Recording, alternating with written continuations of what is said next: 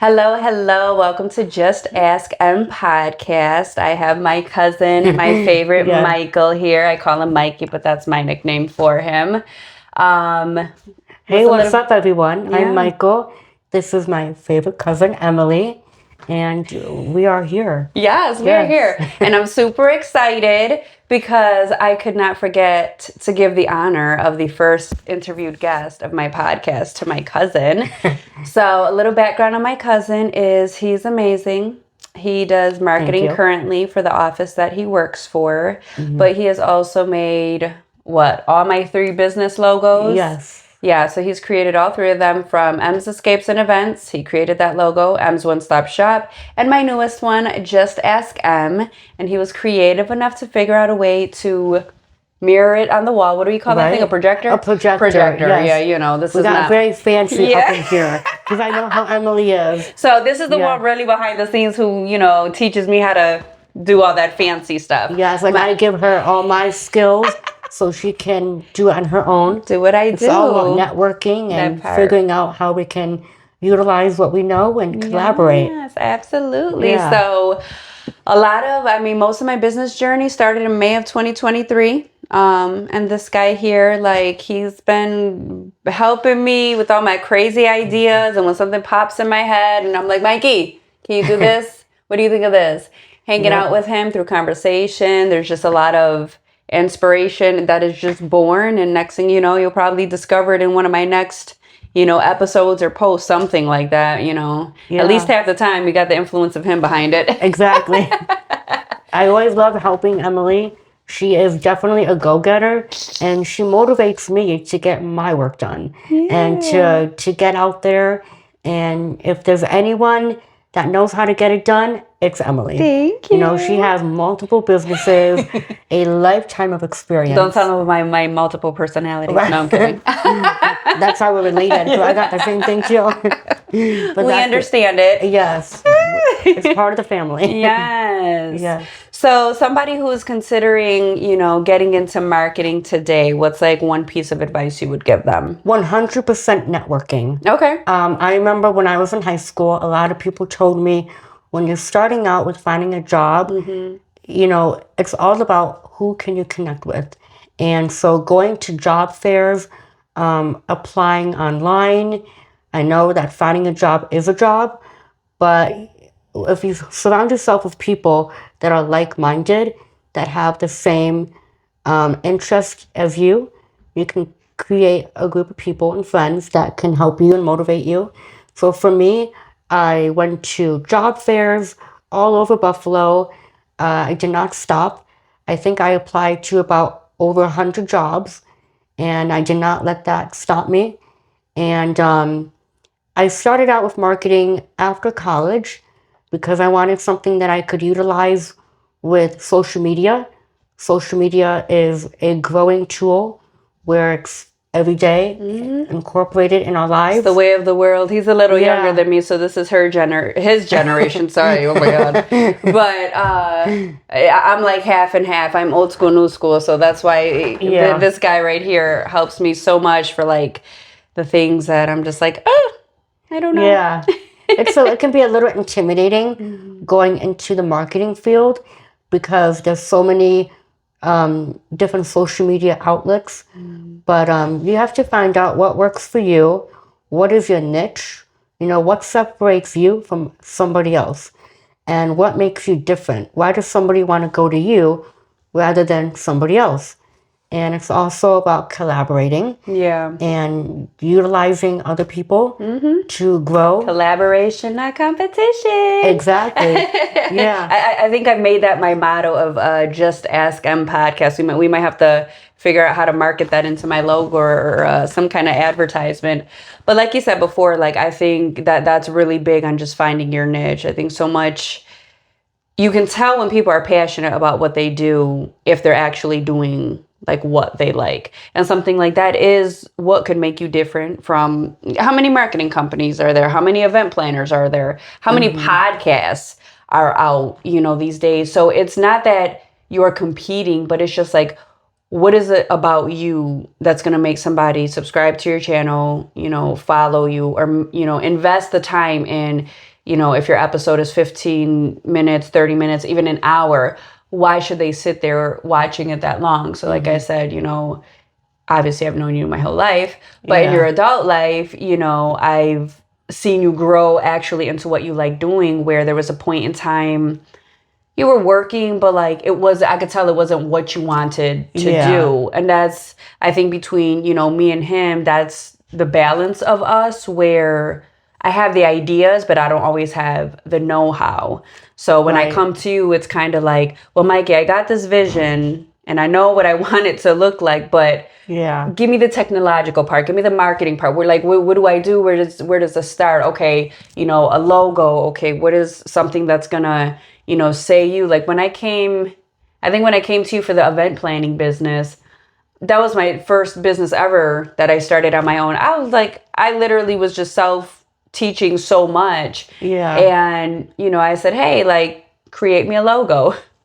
I'm not very picky or choosy, and I don't like too many options, because then you go down this rabbit hole. So Mikey sends it, and I'm like, this is perfect. Like, it just the symbolism, the logos he picked, and just the simplicity, because I don't like it being too much. Like, you just understood what I wanted, but it was just enough to reflect my personality and just what my goal was with the event planning business, and kind of just summing it up into one logo. So like, you definitely make that part like really easy, which is great for me while I'm having all the other visions and ideas. Emily's been amazing. So I work for University Pediatric Dentistry Dental Associates. Shout out to them. I do marketing for them with social media and the website and the blog and various projects with analytics.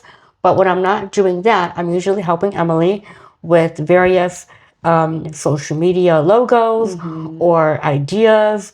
So she's always kind of keeping me busy, which That's I my love. way of pushing you, because you got too much talent. Like I said, if you got talent, that's the goal. Like, I want to motivate you. A lot of the time I get that it's scary to take that jump, but like, even you just being in a job for marketing, which is literally what your degree is in, is like, that's the step you needed. So, like I said, if you're going to be an entrepreneur, if you're going to be a small business, that is one of the superpowers we have to maintain. We have to work within each other. And that's why I continue to stress the collaboration aspect versus the competition. Because what's the point of having a bunch of these small businesses and you're all working individually, versus imagine if you all came together, how powerful you could be. And it goes back to that part of, understanding your niche.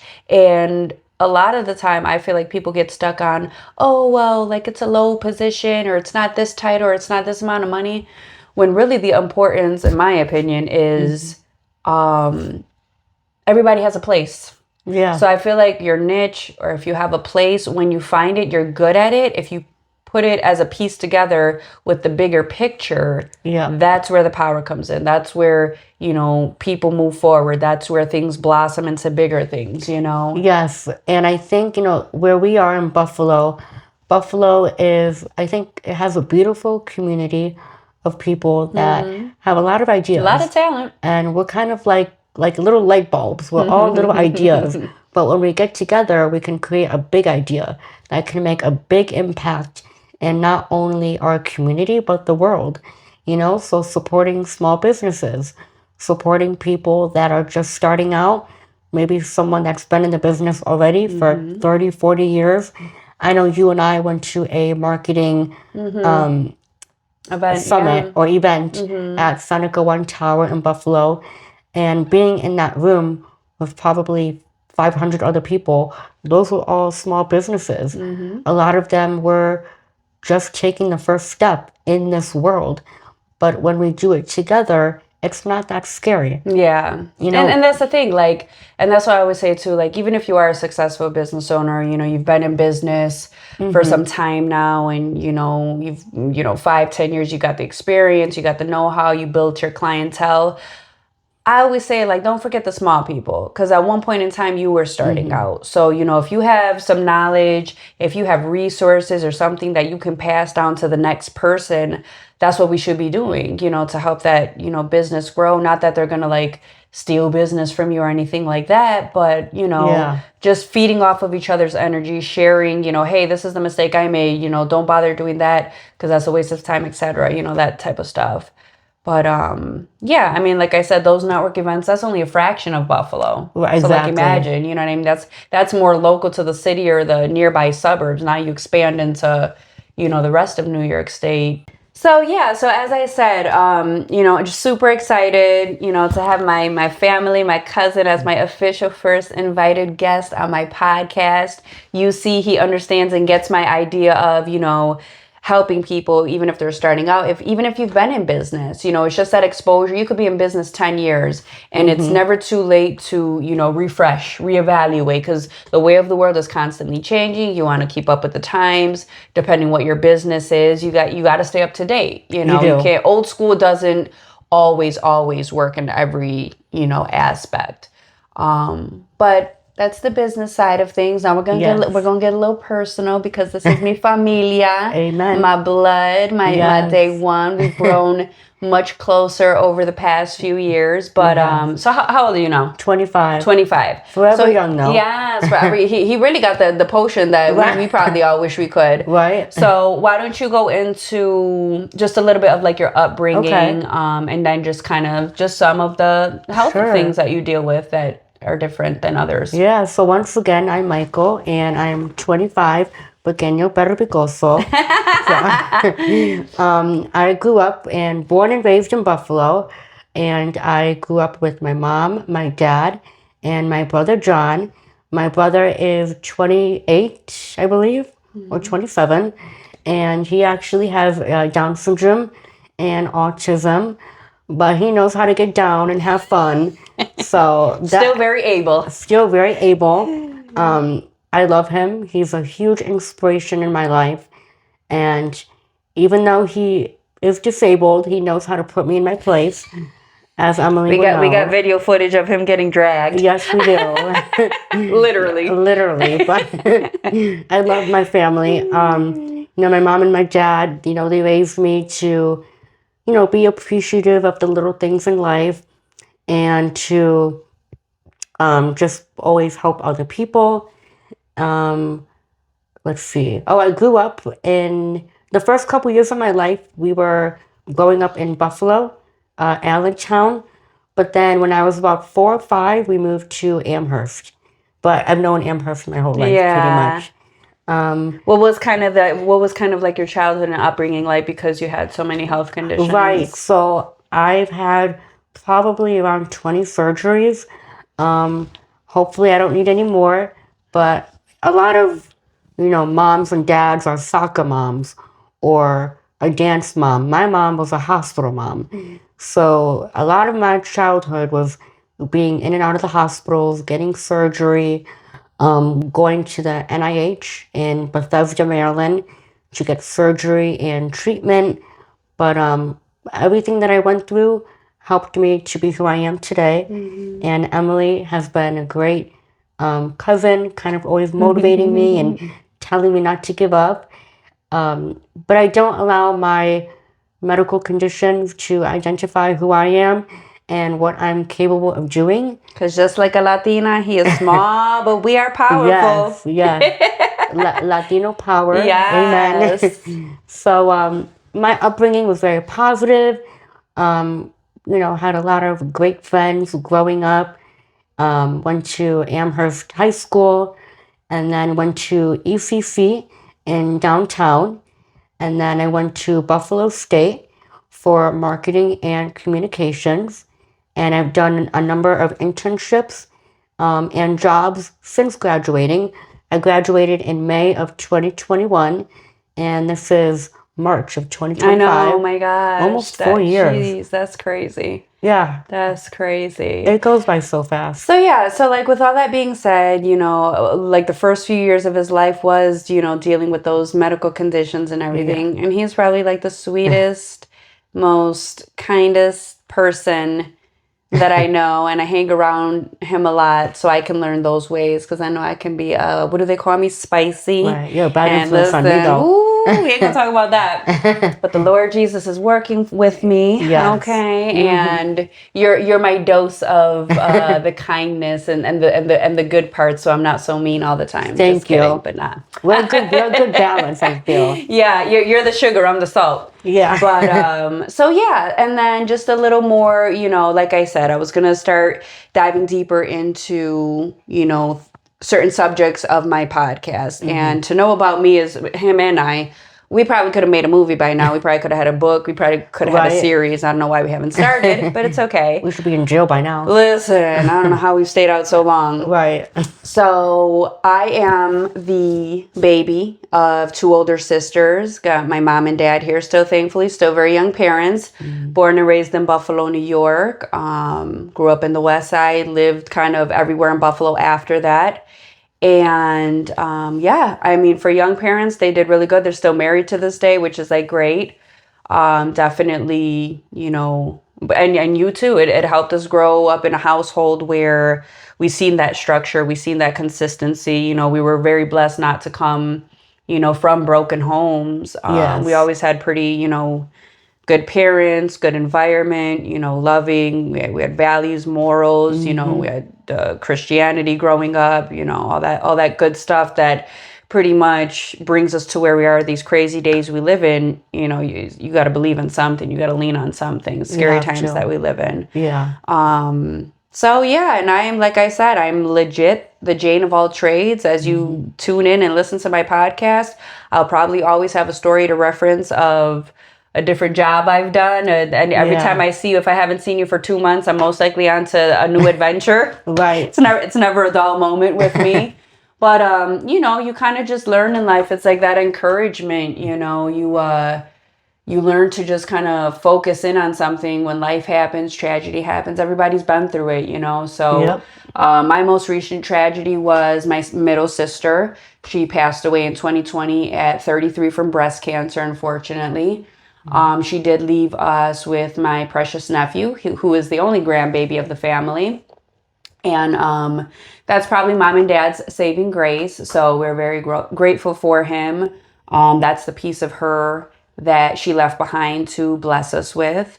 But with something that difficult, you have to fight to find this positivity or something to give you purpose to keep moving forward. Because at the end of the day, if you're not just gonna, let those feelings and emotions consume you, you can either crumble and just give up on life, or you gotta keep up and just keep getting up even when it feels impossible, and just keep pushing forward. And it's not that you're ever gonna really get, over that. Like people say, oh, you'll get over it. You don't really get over it. You just learn to live with it. You cope with it. So that happened in 2020. And then it's always this weird thing of, I can't even count how many relatives, a few months after, a year after, 2 years after, 3 years after, we lost our grandmother on the one side. We lost a cousin to overdose, unfortunately.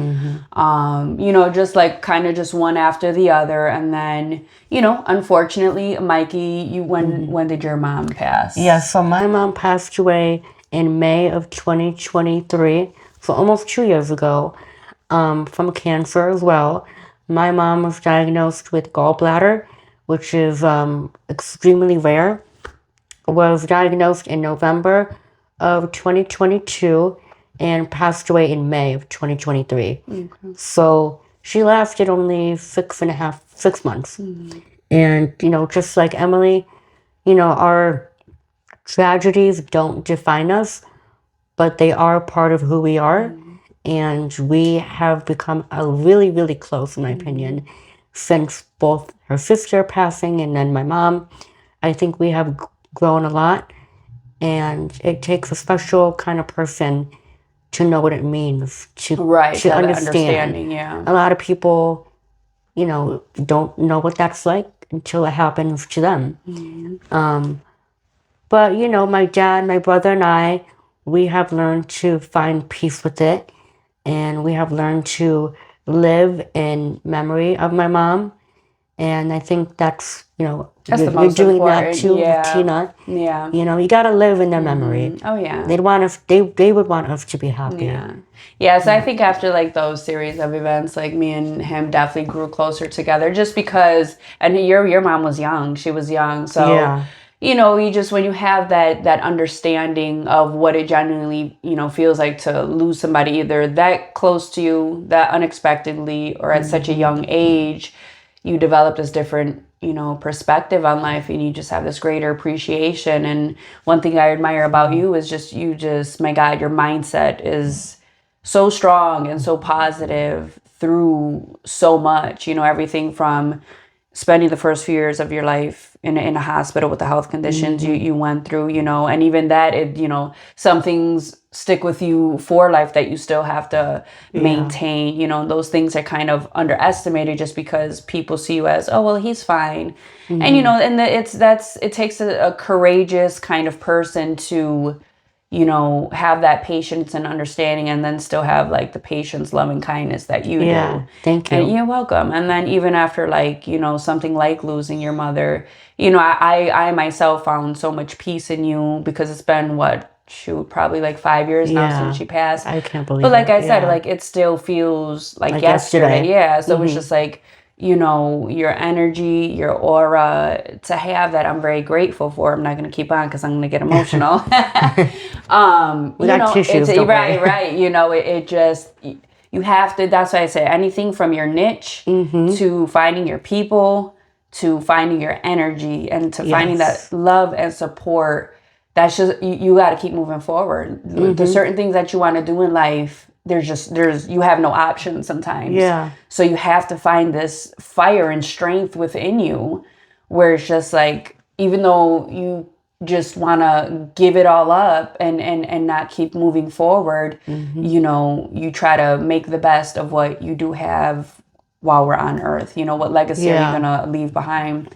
And a lot of the time people think you have till, 40, 50, and 60 years of life, and not everybody gets that, and my sister was one of those people. She lived till 33, but she most definitely left a legacy. She lived a full life. She was up in Vegas 6 months before she passed away. I'm like, okay, girl, do you think? Okay. She lived her life. She sure did to the very last. But and she went on a cruise ship too, right? Yeah. And I'm just like, okay, girl, keep pushing through. But the point of it is, she literally lived her best life. And, that when you're left with no other option to do so, you're forced to develop that mindset and a different kind of mental strength of, if this is what I got to do, this is what I got to do, Yeah. So, and even with that being said, if there's anybody who's watching or listening, if there's anybody who specializes in grief, any kind of counselor or therapist specifically in that, I would love to have you on my podcast and, kind of just make people aware that it's natural, it's normal. If